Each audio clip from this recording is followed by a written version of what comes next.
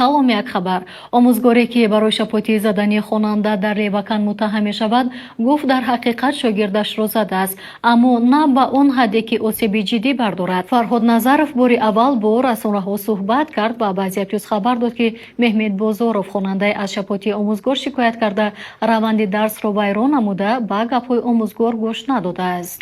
бо такаббур ва хеле гапгардон буд. Ба мизи пеш беншин, гуфтам нанишаст. Барои харидори қалам иҷозат гирифт. Гуфтам дар он набан, ҳаво гарм аст, аммо аз қасд даро басту рафт, гуфтааст Омузгор. Назаров эътироф кард ки шогирдро ба муаллимхона дароварда зада, аммо на ба он ҳадде ки осеби ҷиддӣ бардорад. Ин Омузгор ҳамчунин аз таҳсили Меҳмед шикоят кард ва гуфт забони англисиро ки ӯ дарс медиҳад хуб намедонад.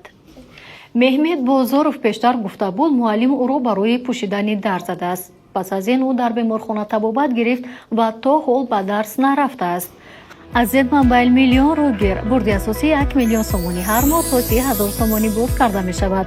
Бо 3,5 сомонӣ агар рамзро ба даст биёр ва иштирокчии бозӣ бурдмоқ шав. Зедмобайл аз 2 то миллион як қадам роҳ аст. Хабарҳои бештар дар Telegram канали Asia-Plus.